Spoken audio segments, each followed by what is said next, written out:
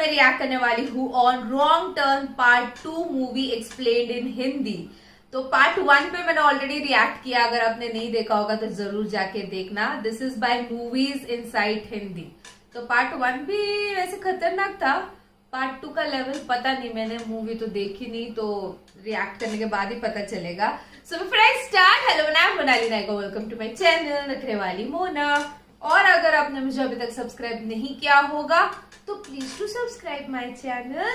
So let's go. Movie के start होते ही एक मॉडल किम्बरली को दिखाया जाता है जो रियलिटी शो शूट करने के लिए वेस्ट वर्जीनिया के जंगलों में जा रही थी। उस वक्त वो अपने मैनेजर से कॉल पे बात कर रही होती है जो उसी लोकेशन बता रहा था। उसके सामने 2 रास्ते आ जाते हैं। उसका मैनेजर उसे पेपर फैक्ट्री वाले रास्ते को चूज करने का कहता है और वो उसी तरफ अपनी कार लेकर चल पड़ती है। उस रास्ते पर आते ही उसकी कॉल कट जाती है। वो मोबाइल देखती है तो वहाँ पर नो सिग्नल होता है। मोबाइल देखते हुए अचानक से उसकी गाड़ी के सामने एक आदमी आकर बुरी तरह टकरा जाता है। वो बहुत घबरा जाती है और गाड़ी से उतरकर उसे देखने जाती है और साथ साथ ये प्रे कर रही होती है कि वो मरा ना हो। वो देखती है कि वो मरा नहीं है, उसमें अभी भी कुछ सांसें बाकी थी और वो उसकी हेल्प करना चाहती थी। लेकिन जैसे ही वो उसके पास आती है वो अचानक से उसे झपट कर पकड़ लेता है। वो उसके नीचे वाले होंठ पर बुरी तरह काट कर उसे अलग ही कर लेता है और उसके होंठ को कच्चा चबा जाता है। किम्बरली दर्द से तड़प रही होती है और वो वहाँ से भागने की कोशिश करती है, लेकिन सामने से एक और म्यूटेंट आकर उसके सामने खड़ा हो जाता है जो उसे पकड़ लेता है और वो म्यूटेंट 3 फिंगर था। वो किम्बरली को बिल्कुल सीधा खड़ा करके एक कुल्हाड़ी से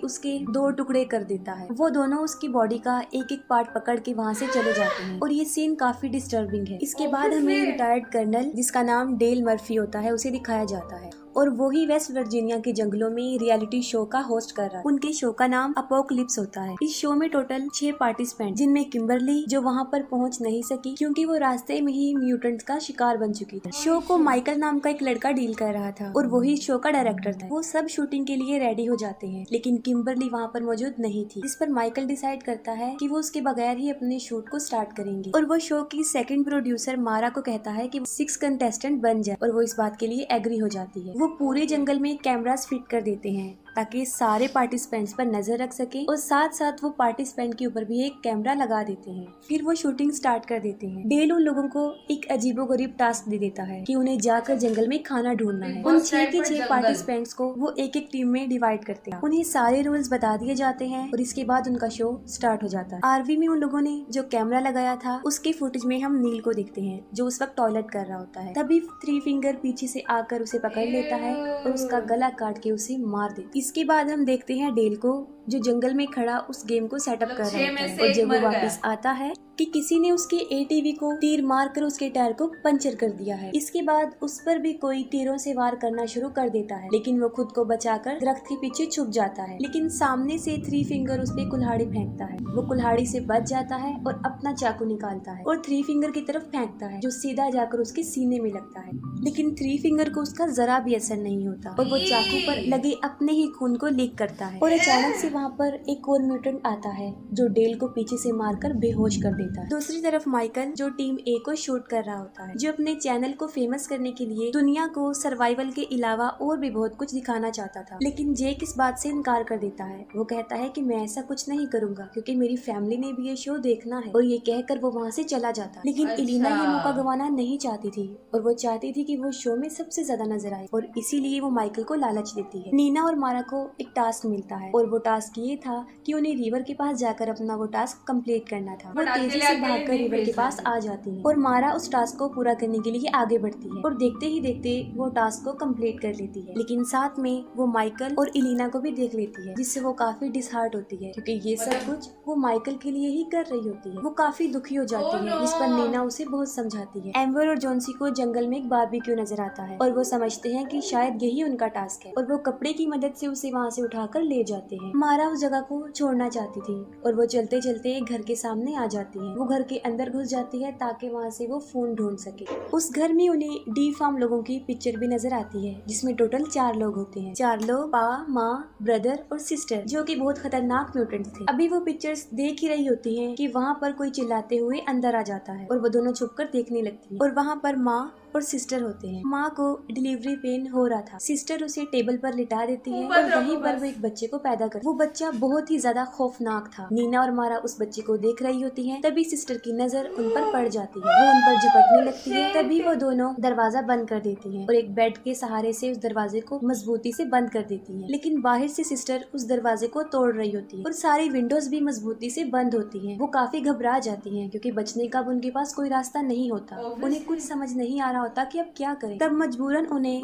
उनके टॉयलेट पिट से बाहर आना पड़ता है। वो दोनों अपनी जान बचाकर तेजी से वहाँ से भाग रही होती हैं, लेकिन पा उन्हें देख लेता है। वो एक कुल्हाड़ी उनकी तरफ फेंकता है जो सीधा आकर मारा के सर पर लग जाती है। नीना उसे बचाने के लिए वहाँ पर नहीं रुकती और भाग जाती है। पा वहाँ पर आकर मारा के सर से वो कुल्हाड़ी निकालता है और नीना के पीछे चला जाता है। नीना वहाँ पर छुपी होती है और वो अपनी जान बचाने की बहुत कोशिश करती है। दूसरी तरफ माँ ट्रक लेकर पा को वहाँ से लेने आती है और ट्रक के ऊपर उसने मारा को भी बांधा होता है। वो उसकी उंगली को चबाकर दूर फेंक देती है और वो उंगली सीधा जाकर नीना के पास गिर जाती है। नीना बड़ी मुश्किल से अपने मुंह पर हाथ रख के अपना मुंह बंद करने की कोशिश करती है और जब वो लोग वहाँ से चले जाते हैं तब नीना भी वहाँ से भाग जाती है। माइकल वहाँ से निकलकर हार्वी की तरफ चला जाता है और पीछे से एलिना अकेली रह जाती है। ब्रदर छुपकर काफी देर से एलिना को देखता होता है। इतनी देर में सिस्टर भी वहाँ पर पहुँच जाती है और वो उसे देखकर जेलस होती है और ब्रदर को पीटना शुरू कर देती है। एलिना वहाँ से भाग रही होती है कि सिस्टर एक चाकू लेकर उसके पीछे पड़ जाती है। वो उसकी कमर में बहुत ज्यादा चाकू मारती है और उसे इतना जख्मी कर देती है कि उसकी स्पाइन तक नजर आने लगती है और वो मौके पर ही मर जाती है। डेल को जब होश आता है तो वो देखता है किसी ने उसे उल्टा लटकाया हुआ। थ्री फिंगर उसके सामने खड़ा होता है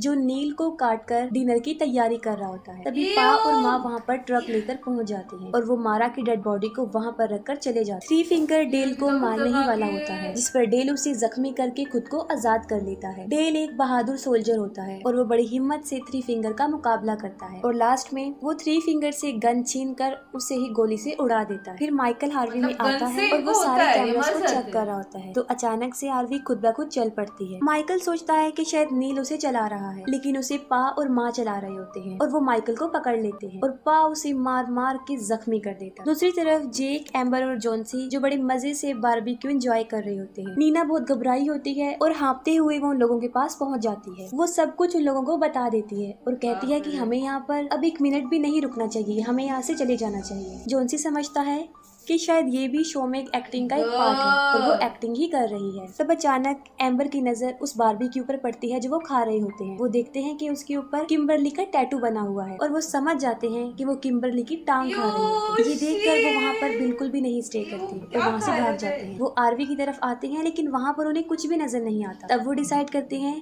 कि हमें अपनी जान बचाने के लिए पेपर मिल की तरफ भागना होगा। डेल को भी वो घर मिल जाता है और उस घर में उसे मेनार्ड मिलता है। मेनार्ड मूवी के फर्स्ट पार्ट में गैस स्टेशन का मालिक होता है। डेल वहाँ अपने जख्मों पर टांके लगा रहा होता है और मेनार्ड उन्हें इन म्यूटेंट्स के बारे में बताता है। वो उसे बताता है कि ये म्यूटेंट्स इन ब्रीडिंग और पेपर मिल से निकलने वाले केमिकल वेस्ट की पैदावार है। और जैसे ही उसे पता चलता है कि डेल ने थ्री फिंगर को मार दिया है वो उस पर अटैक कर देता है और साथ में वो कहता है कि थ्री फिंगर मेरा बेटा था। डेल वहाँ पे एक पड़ा हुआ एक डायनामिट उठाता है और उसे मेनार्ड के पीछे लगा देता है जिससे एक बहुत बड़ा ब्लास्ट होता है और मेनार्ड के टुकड़े टुकड़े हो जाते हैं। इसके बाद डेल उन म्यूटेंट से लड़ने की तैयारी करता है और सारे इंस्ट्रूमेंट इकट्ठे कर लेता है। वो चारों उस मिल को ढूंढ रहे होते हैं तब जंगल से उन्हें किसी के चिल्लाने की आवाज आती है और वो ब्रदर और सिस्टर होते हैं और जब वो दोनों उन्हें देखते हैं तो वो उनके पीछे पड़ जाते हैं। नीना यहाँ पर भी खुदगर्जी का मुजाहिरा करती है और वो वहाँ से तीनों को छोड़कर भाग जाती है। वो तीनों उनका मुकाबला करते हैं, उनसे लड़कर उन्हें मारते भी हैं और वहाँ से भाग जाते। नीना भागते भागते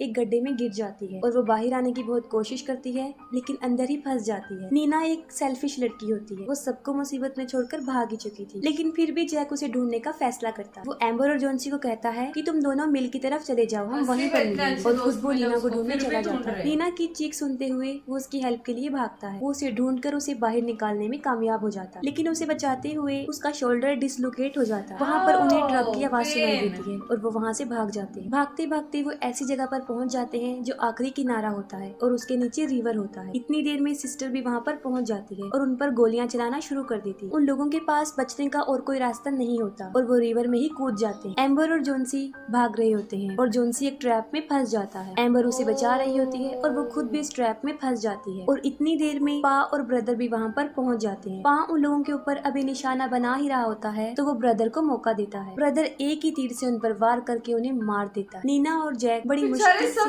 मिल की तरफ पहुँच जाते हैं और वहाँ पर एक अलमारी में उन्हें एक स्केलेटन मिलता है जो एक छोटी बच्ची का होता है। नीना उसे देखकर बहुत डर जाती है और वो सोचती है कि शायद ये बच्ची भी इन म्यूटेंट से बचकर यहाँ पर छुपी थी और इंतजार करते करते वो वहीं पर ही मर गई। डर की वजह से नीना वहाँ से भागने लगती है लेकिन जेक उसे पकड़ लेता है और कहता है कि जोन्सी और एम्बर यहाँ पर आने वाले हैं, हमें उनका वेट करना चाहिए। वहाँ वो देखते हैं कि विक्टिम्स की बहुत ज्यादा गाड़ियाँ खड़ी हुई थी जो तादाद में बहुत ही ज्यादा थी और वहाँ पर उनकी आरवी भी खड़ी जिसमें माइकल की मुसलसल चिल्लाने की आवाजें आ रही। वो दोनों उसे बचाने के लिए आगे बढ़ते हैं। जब जेक अंदर जाता है तब वो देखता है कि माइकल लाइव आ रहा है और माँ उसे बड़ी बेरहमी से मार देती है, जिस पर जेक समझ जाता है कि ये उनके लिए बिछाया गया एक ट्रैप है। लेकिन अब वक्त गुजर चुका था और वो दोनों उन दोनों को भी पकड़ लेते हैं। नीना जब होश में आती है तब वो देखती है कि किसी ने उसे डाइनिंग टेबल के सामने बांधा हुआ है और जेक को भी सामने लटकाया हुआ है। तब उस फैमिली का डिनर का टाइम होता है और डिनर करने से पहले वो सब प्रे करते हैं। ब्रदर जबरदस्ती नीना के मुंह में खाना डालता है और यहाँ पर हमें पता चलता है कि वो फैक्ट्री ही असल में उनका घर था। माँ एक ग्राइंडर में बचे हुए बॉडी के वेस्ट पार्ट फेंक देती है और वहीं पर डेल उसे छुपकर देख रहा होता है। डेल बाहर आ जाता है और उसकी मूवमेंट से आवाज पैदा हो जाती है जिससे उन सबको पता चल जाता है।